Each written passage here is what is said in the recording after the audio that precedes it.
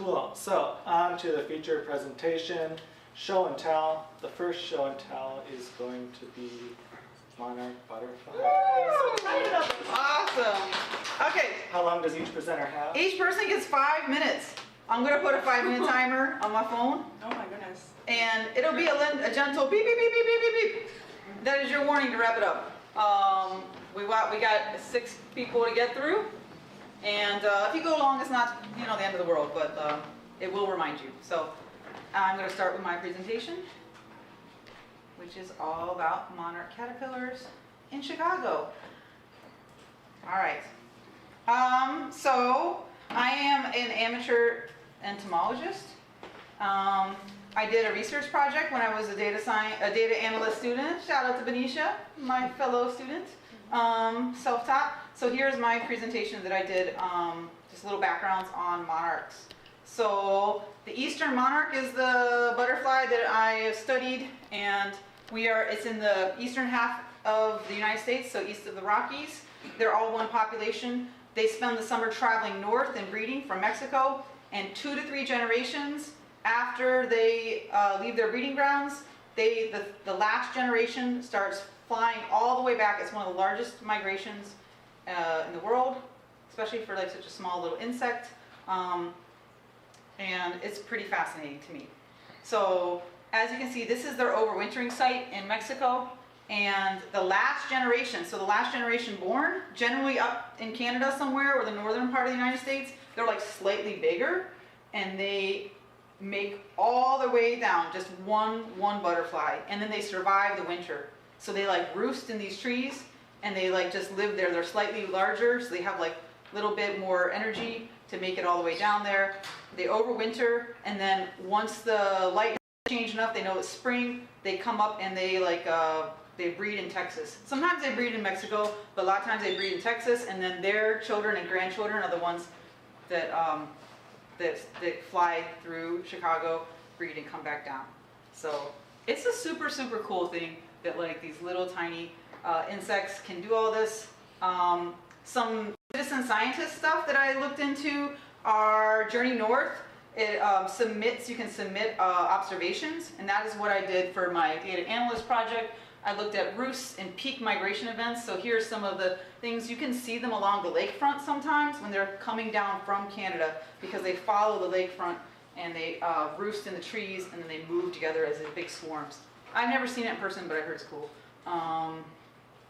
My analysis was just showing just where they're observing the migration. You can see it starts in August, September. It's like peak Chicago season, and this is where they all come down together in groups. And then by November, they're down in Mexico most of the time. Here's an animated GIF that I made that I was really proud of.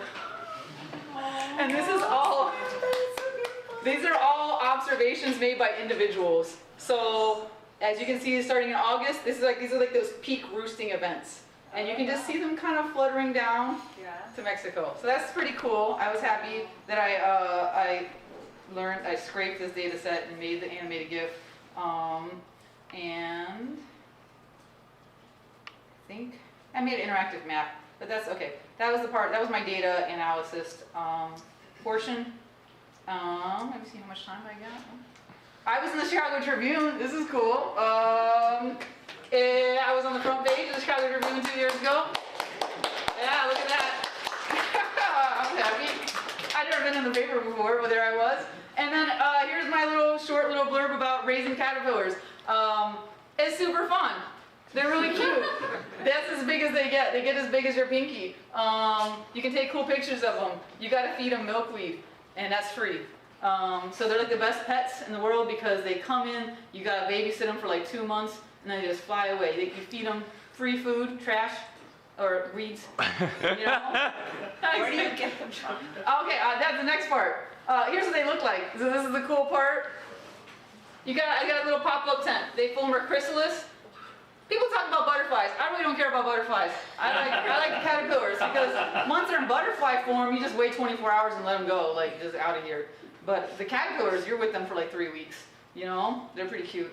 They make little munching sounds. Okay, if you want to raise caterpillars in July, August, here's what you do. First, step 1, find milkweed. That's what it looks like. Those are the pods. They burst open with seeds. And that's what the plant looks like. It can irritate your skin, so like wash your hands after you touch it. That it has poison in it. That's why like they survive. Step 2, look under the leaf for eggs. And like little dots. And I guess step 3, the most important thing is to plant milkweed and plant what's it called?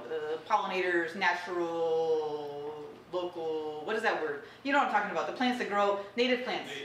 Native plants. Yes, that is the most important thing. Step 1, plant native plants if you can. If you don't have a backyard like mine doesn't grow anything. Oh, there you go. Time is up. Okay. That is my presentation.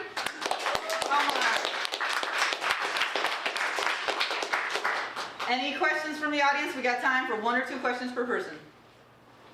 What? Is there like an alert system when they're on the lake, or you just gotta see You it? just gotta look, man. I think if you're on the mailing list and all the butterfly like in people groups, you can find it. But yeah. Any other questions? Oh, in the very back. Was part of it like the botanical garden? The what? The Chicago Botanical Garden? Yeah, they sponsor stuff. Oh, they'll tell you. Yeah. Are you talking about that? Yes. Yeah, the Botanical Garden does all kinds of monarch related stuff. Plug in with them. They'll tell you. You can go see them. They have other kind of butterflies too. I like monarchs because they're easy to find. All right, last question. What do we got? Do you name your caterpillar? Yeah, I do. I do, and they eat each other. You gotta separate the little ones from the big ones. The big ones will just eat the babies. They'll eat them. Save the good information. They'll eat like a. They'll just be gone. It'll be like just a smudge where it used to be. They will just do it. All right. Okay. Show and tell. Up next is Windy Civi. Sartaj.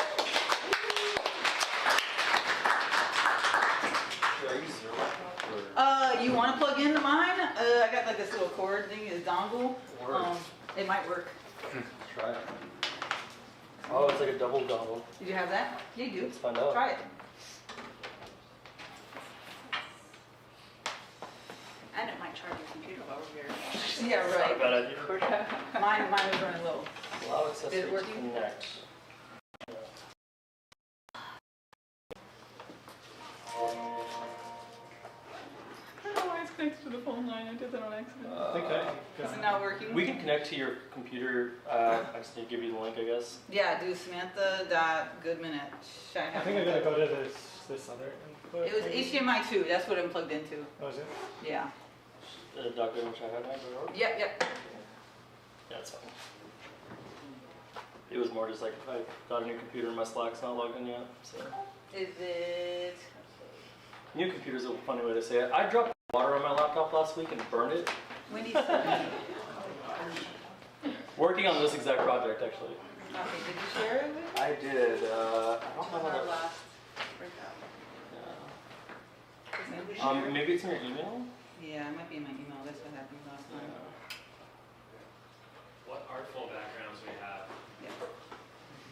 Open. All right, here, let's plug me in. Okay, cool. Normally you only have to do this once because we have like one presenter, but you're gonna see us. Oh yeah. Yes, so everybody share I your was about to say, presentations with her. what's Yeah. okay, if you're presenting, Samantha.Goodman at shyhacknight.org. Okay. Or info@shyhacknight.org and I can forward it. Oh, yeah. All right. sick. I'll set my slide slide. as you, and then you can kind of run with it. Sure. We did not plan this. All right, so You're up here? I'm Sartaj. This is Tamara. Hi guys. We're Windy Civi.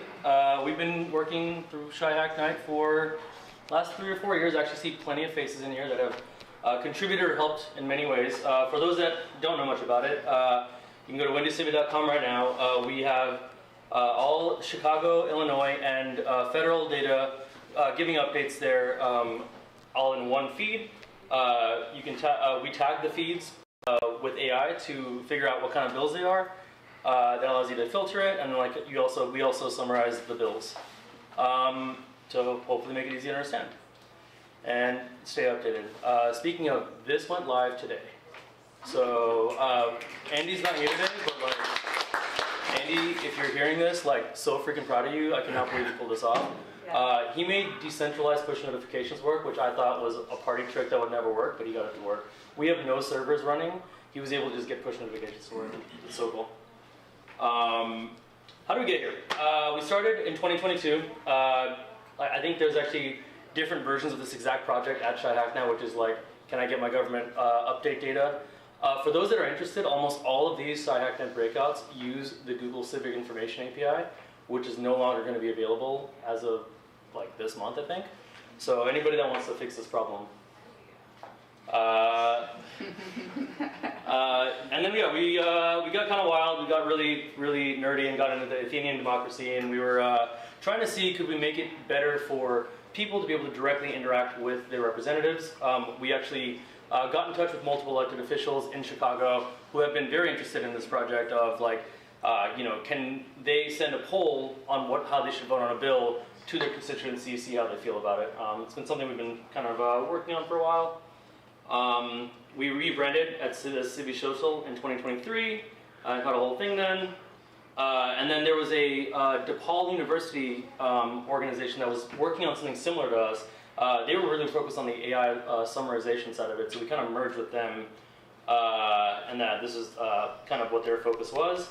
And then we became Windy Civi, which, yeah, again, I already pitched it. Yeah, we have an app, we have a website. We don't have Android. I'm sorry, Victor. We're working on it.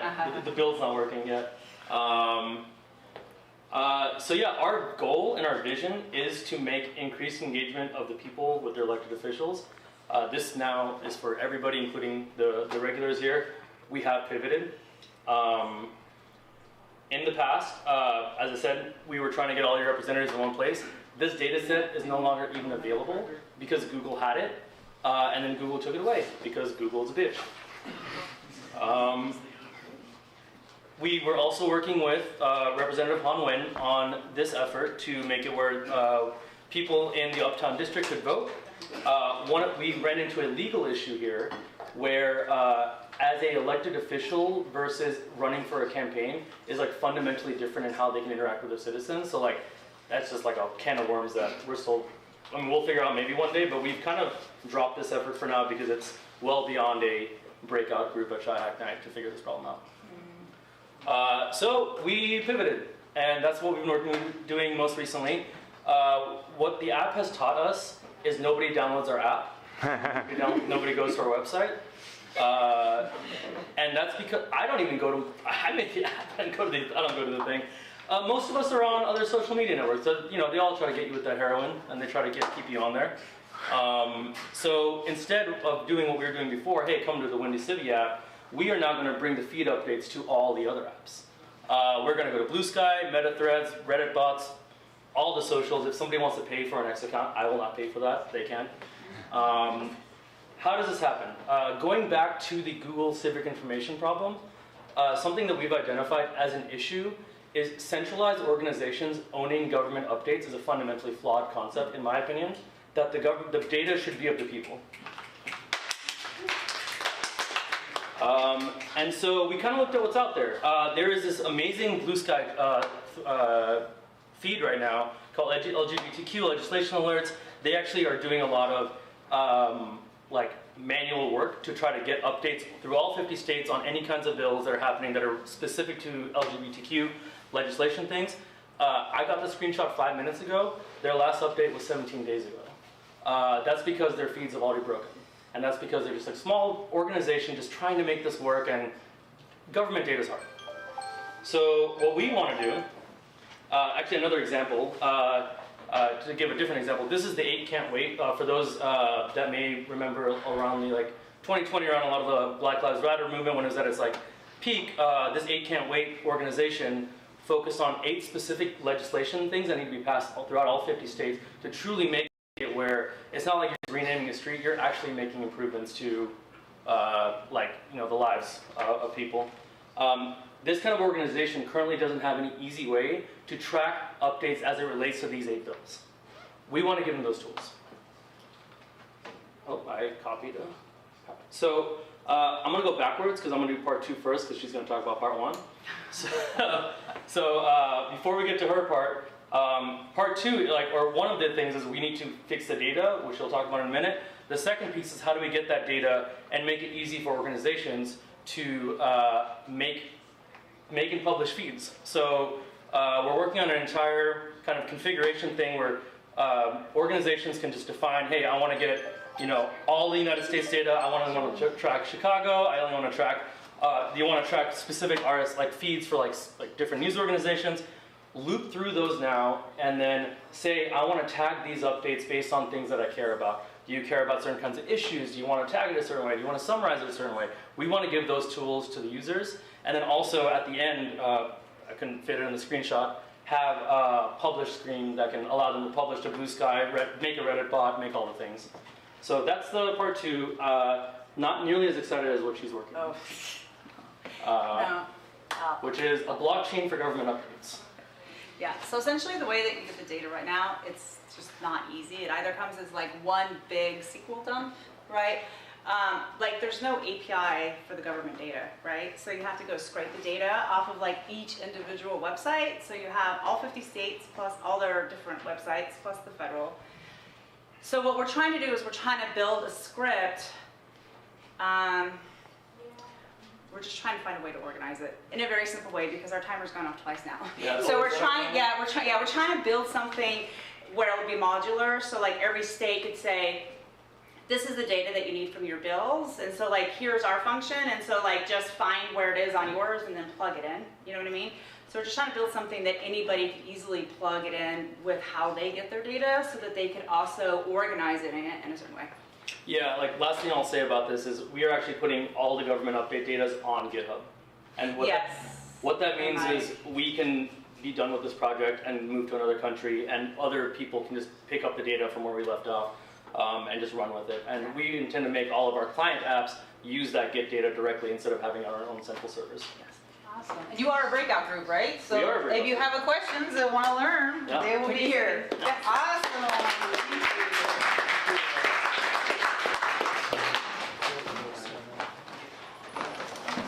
All right. If you know you're next, come up here.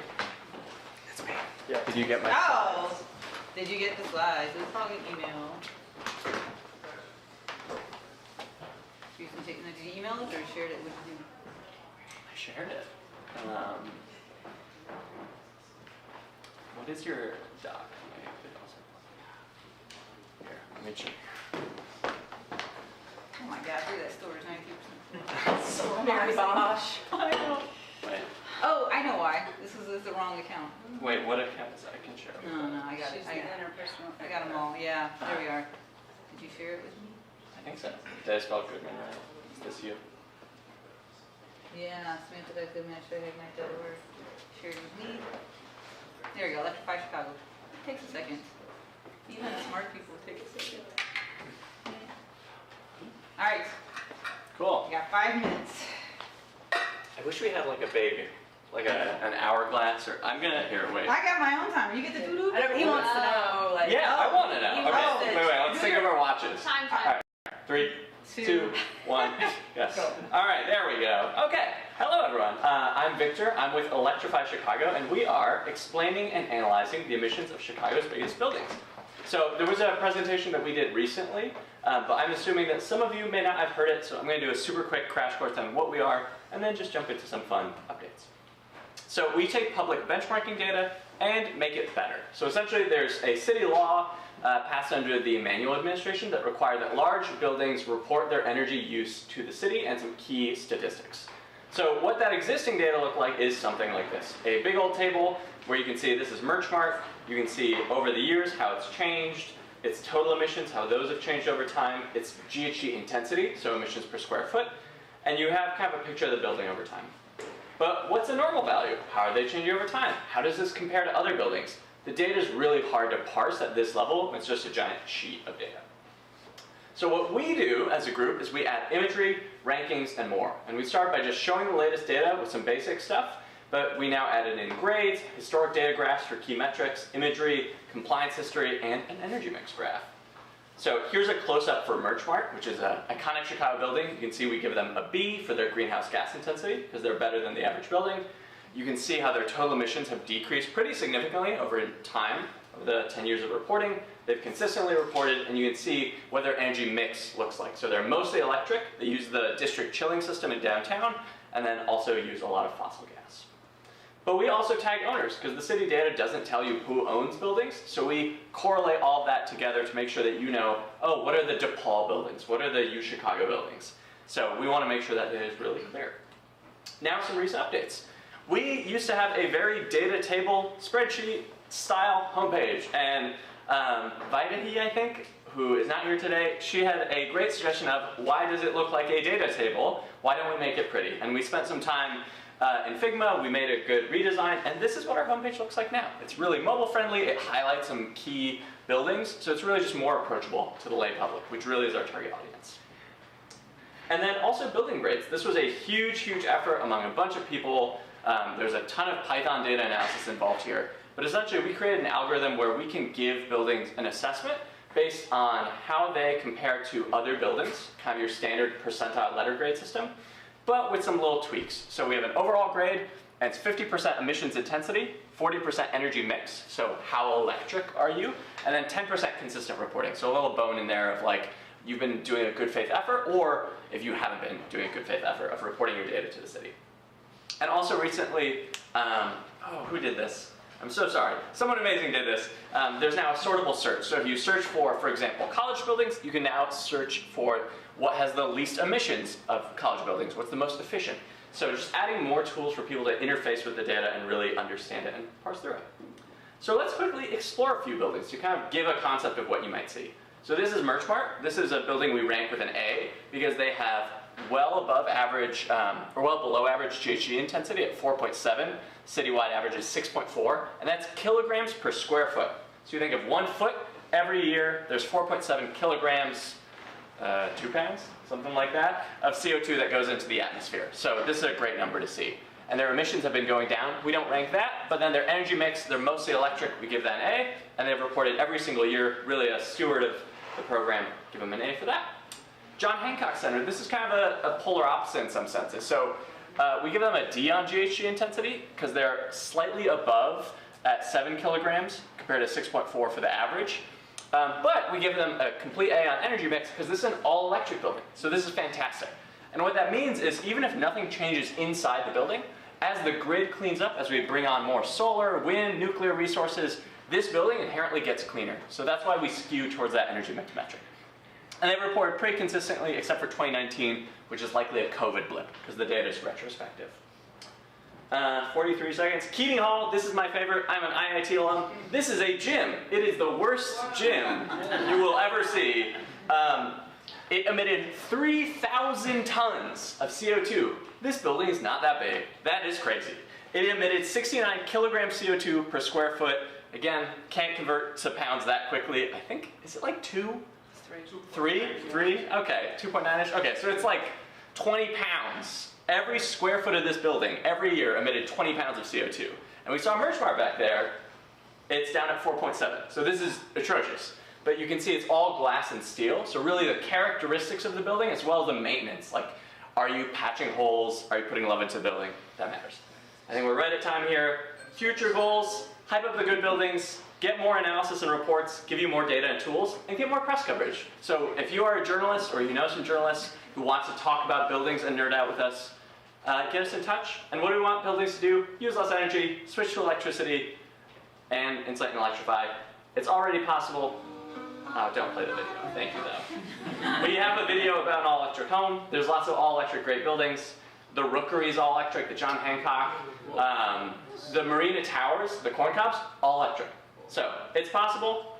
Contact your buildings. Tell them about our website. Support green buildings. Support legislation. And there you are. All right, do you have a question? Time for a question, Sam?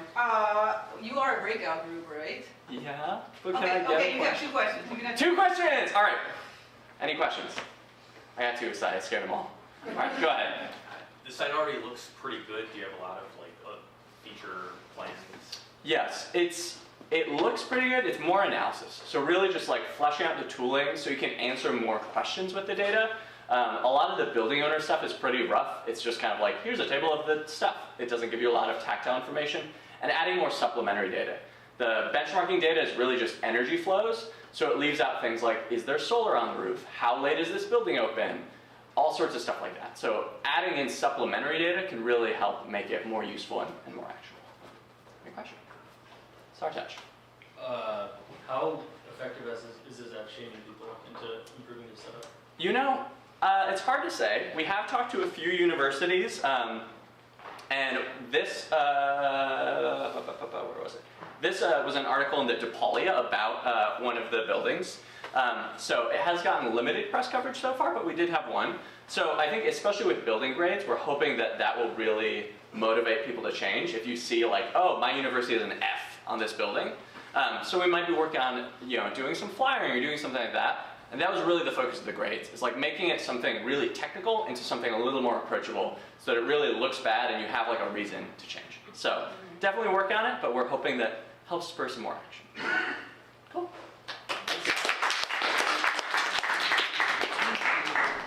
All right, if you know you're next, come on up. Just open the page in the browser. Just open a browser? Yep. All right, you are. Here we All are. right.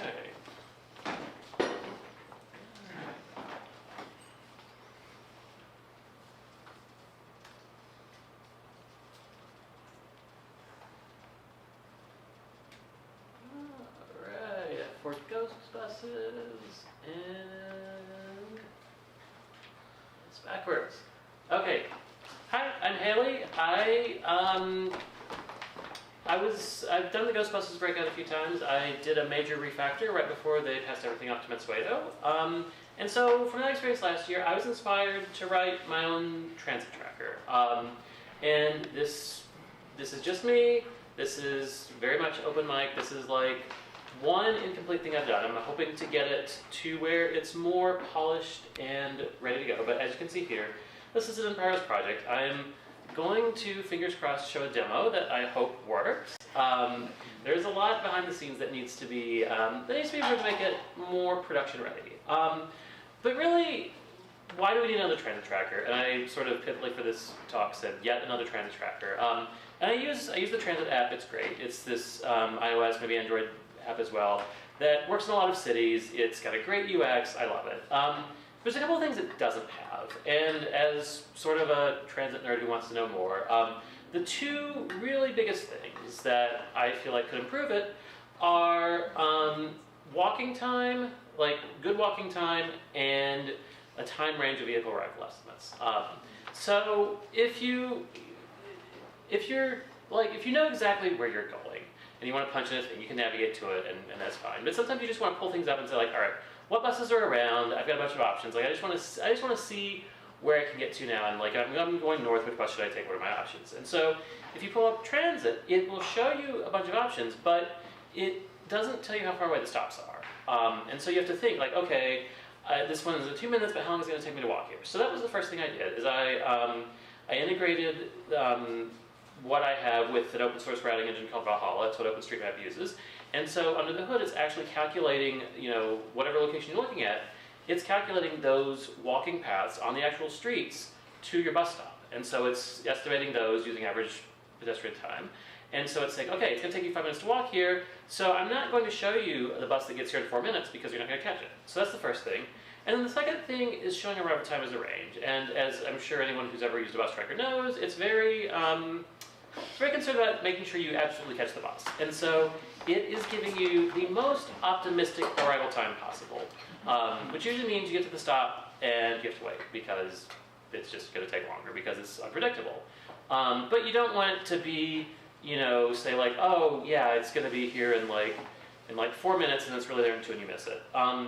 So having a time range lets you kind of be the judge of that yourself. And so what I did for that is I just scraped a bunch of historical data, and it's stuffing things into a database, and it's looking over, when you do the query, it's looking over the most recent things, and it's saying, okay, based on this distribution, we think that, the 595 probability is between like 3 and 6 minutes for that. And so you can see, those two numbers, you can see, like, well, maybe I'll walk, but maybe I'll catch it, it's really going to be here soon.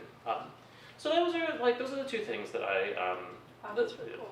And so here is, if it doesn't work, here's the screenshot. Again, I'm not a UX person, but yeah, I figured that like, having both the walking time and the distance to the bus and then the time ranges would be helpful. And then the other thing, and then this is so if you click on an actual bus, then what it shows you is some recent arrivals at the stop. And it shows you, so here we're, the bus is almost 3 miles away. And so we estimate it'll take between 18 and 20 minutes. And so here's some previous trips where the same 36 bus, when it was about 3 miles away from this stop, this is how long it took. And so you can see it took from some of the earlier trips in the morning, took like 18 minutes, and then it's getting slower, and so you can actually dig in and see it. So will this actually work is the question. Let's see, so.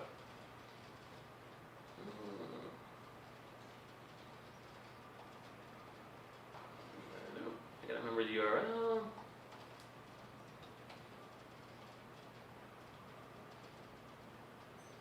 This is using tail scale under the hood to connect everything, which I really like.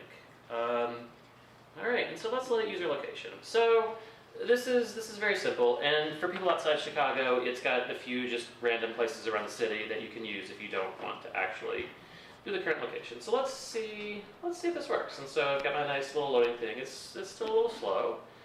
Let's see if this pops up. If it doesn't, oh look, there we go. And this is also very much, again, very back of the envelope. This needs some reworking.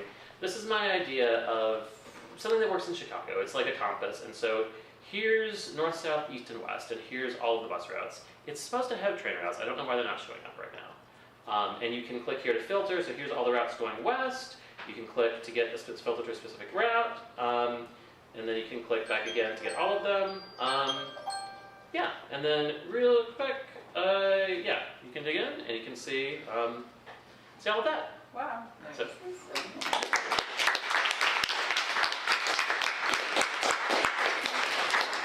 Any questions? I had a comment. Yeah. I actually like the walking on. There's a thing, I walk faster than what my Google says I'll walk. I'm like, nah, I was at 2 minutes, bro. That's definitely like the Valhalla. It's using this engine called Valhalla. You can definitely add parameters that say like I'm a faster than average walker or whatever. So that is one of my ideas for future enhancements, is to make it customizable and say, yeah, I'm really fast, or I've got, add some accessibility, like I've got a stroller, I've got a wheelchair, and so I need to take that into account. Hey. Did anything surprise you most when working on this? The CTA's train API is interesting. So the bus API is, and the bus API is, I think, it's off the shelf. It's some other company doing it. I feel like the train API is probably in-house. And so it's just got its own idiosyncrasies. There's a lot of complexity in, especially unwinding the loop routes. Like that's really hard to represent. So the bus routes, they actually, like under the hood, there's patterns. And so I'm not doing a lot of spatial stuff because the bus API will tell you how far along the route a given vehicle is. And so it's a pretty simple linear interpolation.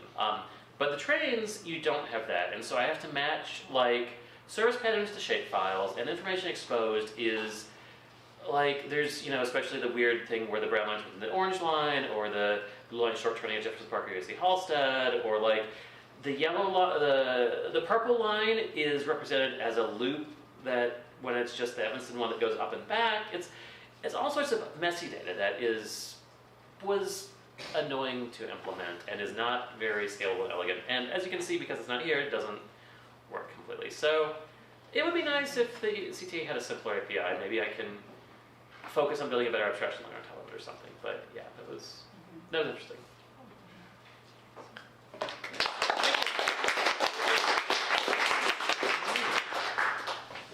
Awesome. I think Anita is last. All right. Oh no, Sean. I'm sorry. I lost my order. Did you share it? Did you email? You want to plug yourself in? Let's try. Do you have HDMI, or do you have a? HDMI. This is HDMI right here. Plugs directly into the motherboard.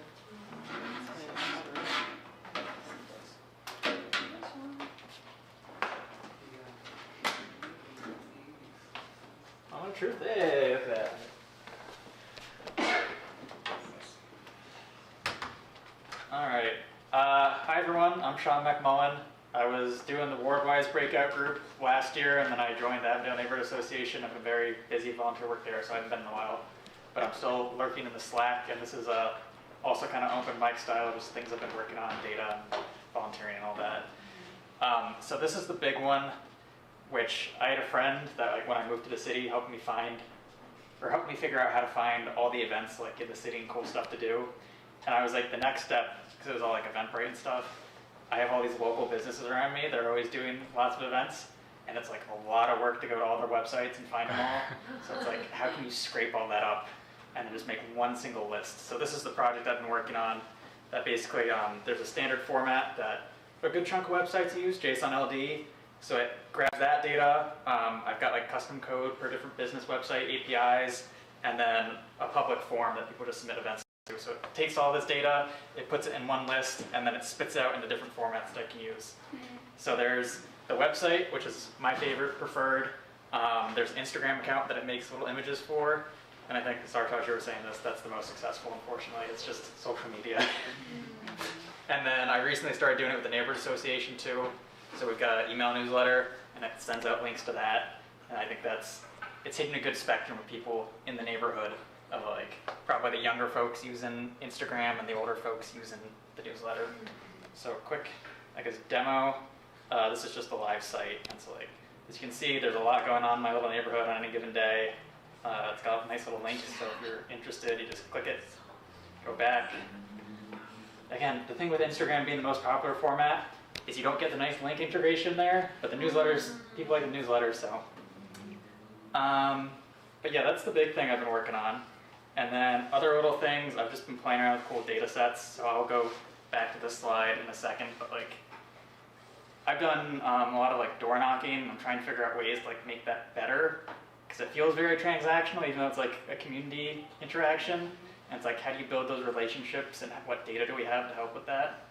So things I've played around with, these data sets, basically what I do, and like don't have a lot of data analysis background, but I can mess around and be dangerous.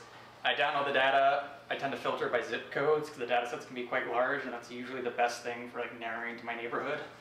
I'll then geocode if I need to. Some of the data sets have coordinates, some of them don't. The census has a great geocoder that's free and works pretty quickly. And then I use Python GeoPandas on the geocoded stuff with my neighborhood boundary, usually with a buffer.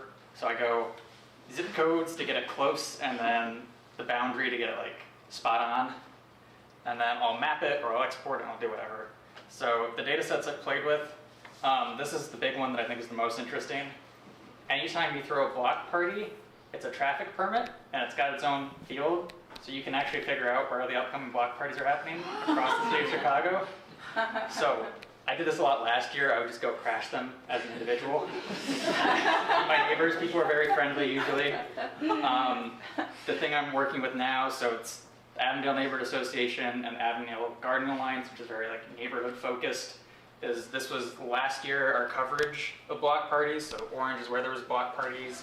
The pink is where streets theoretically could have a block party, but aren't. And this is like being figured out, but it's like, how do we go to these streets? Well, if somebody's got a block party, that's probably a good like contact of like network of neighbors you can tap into. But we like to have block parties across the whole neighborhood, like have everybody have these nice little close ties groups. So this is like very much being figured out, but cool data set is out there if anybody wants to do anything with it.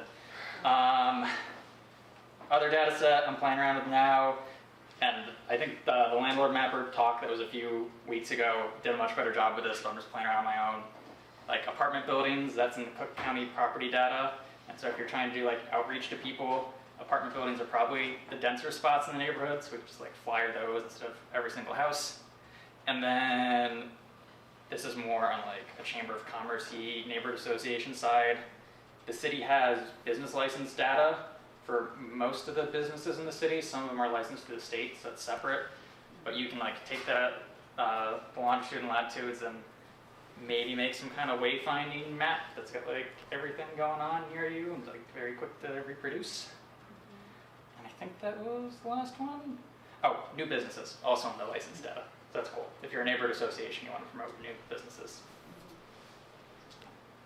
That's it. Whew.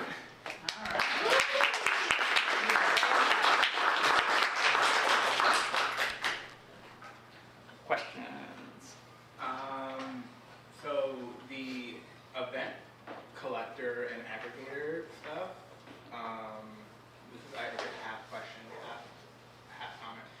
So I was keeping the Instagram right now, and it's interesting that like there are people like commenting on some of the posts. Like I'm assuming. Is someone running the account? Yeah. Okay. It's interesting that the people are interacting with the account as if it's like some sort of like not influencer, but like as if you have more information and aren't just like aggregating the information. You're saying like they think that there's more behind it? Yeah.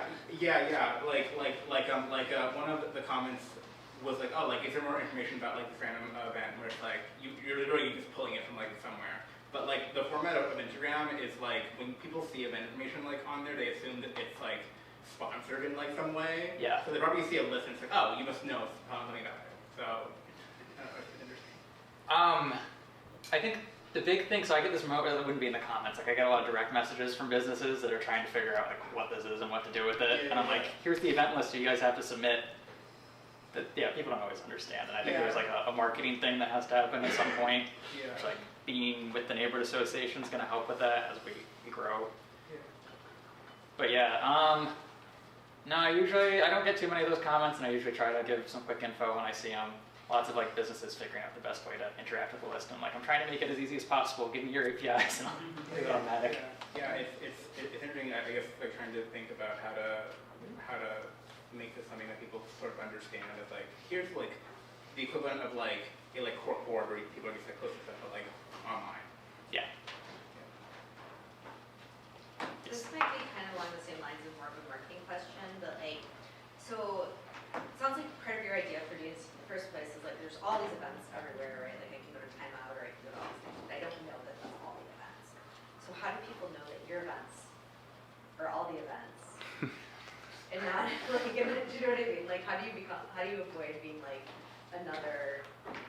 I don't know. So, I think in like the perfect world, this becomes like the go-to place, and all the events make its way there. And it's definitely not that. Like, this is a really annoying thing with like Instagram and stuff. Is like people just put the events as pictures on there, and you have to go to every single page still. So it's not comprehensive. I think it's a good starting point.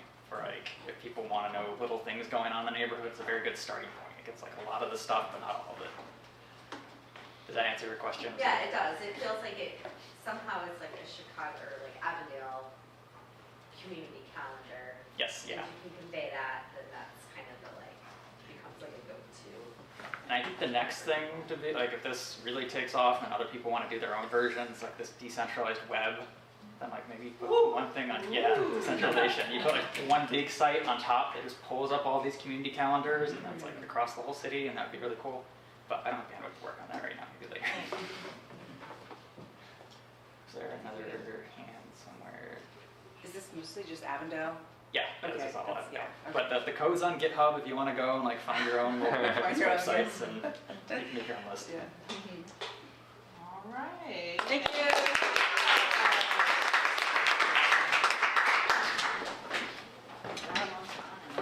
Last up is Anita, and I have her presentation, so let's review it. Thank you.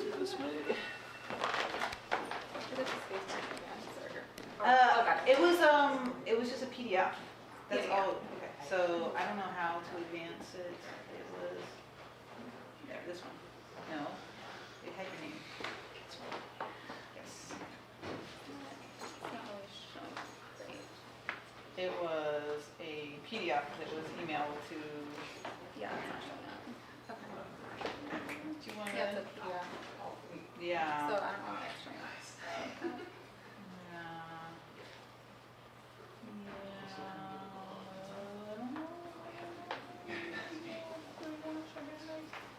Yeah. No, that's not it. And it was this one, but it was just a PDF, so we. Yeah. I'll show it like this. You want to, if you, maybe you can download it and then open it up in the, yeah, that'll be better. That one's better. so it's just like, Yeah. Is that good? I think you can make it work. It's only 5 minutes. Yeah. It's totally Oh, sorry. Is it janky? Yeah, I wasn't getting a signal, but I think we're on HDMI. 2. HDMI 2 is what it was. Oh, unplug it. Plug it back in. If it doesn't. Yeah, that's a good idea. Yeah, let me turn it light in. This sample. I said extended.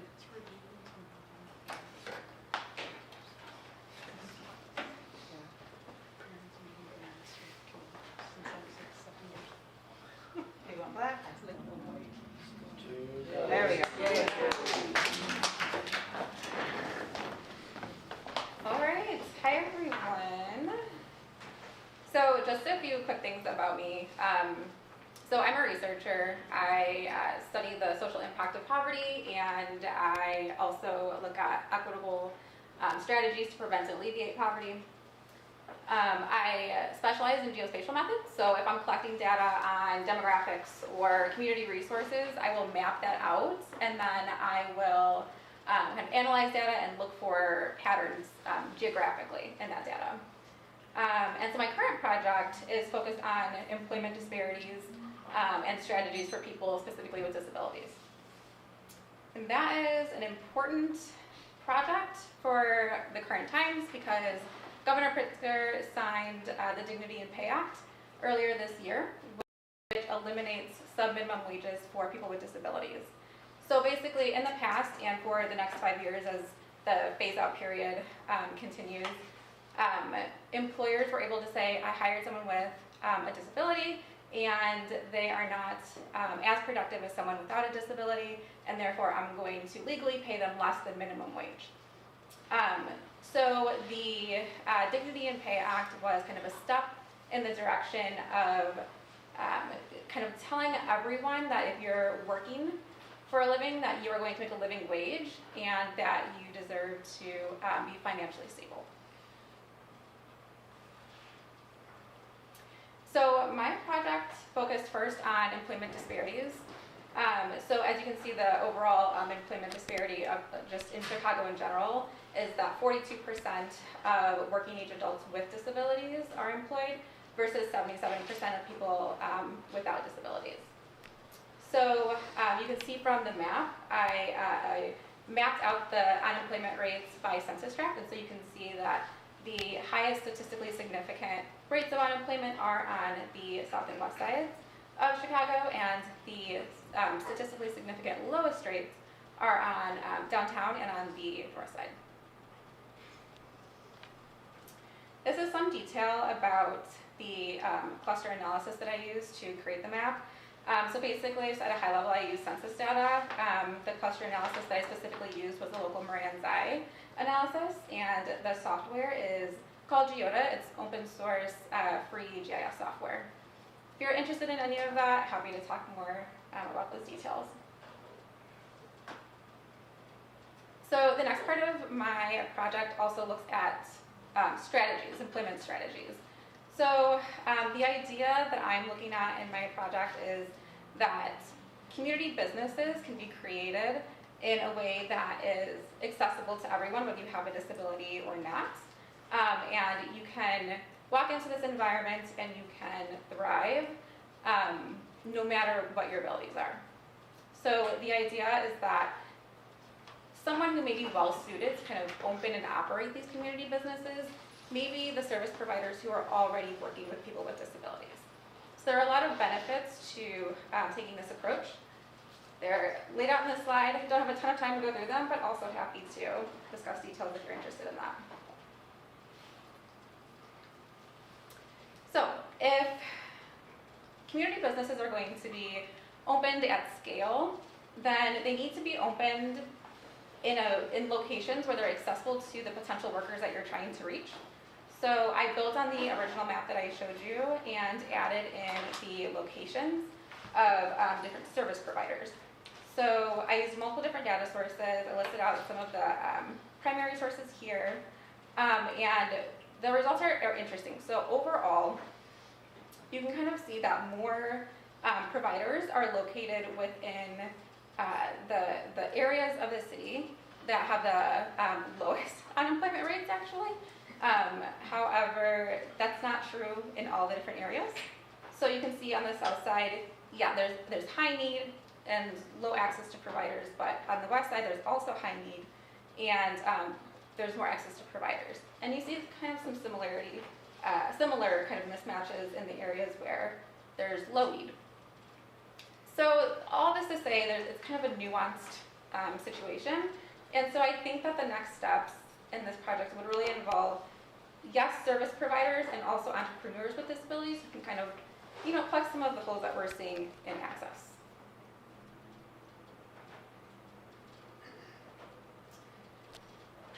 So thank you for listening to that. I put my links in here because if you're interested, I'd love to share. I actually have like a web map that's more interactive that you can look at.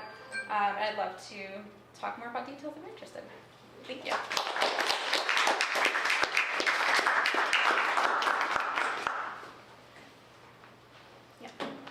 So the dots on the map and maybe the last slide or the second to the last slide, those vocational rehabilitation service providers. Yes. Would you mind saying a little bit more about what those providers are doing, what they're all about?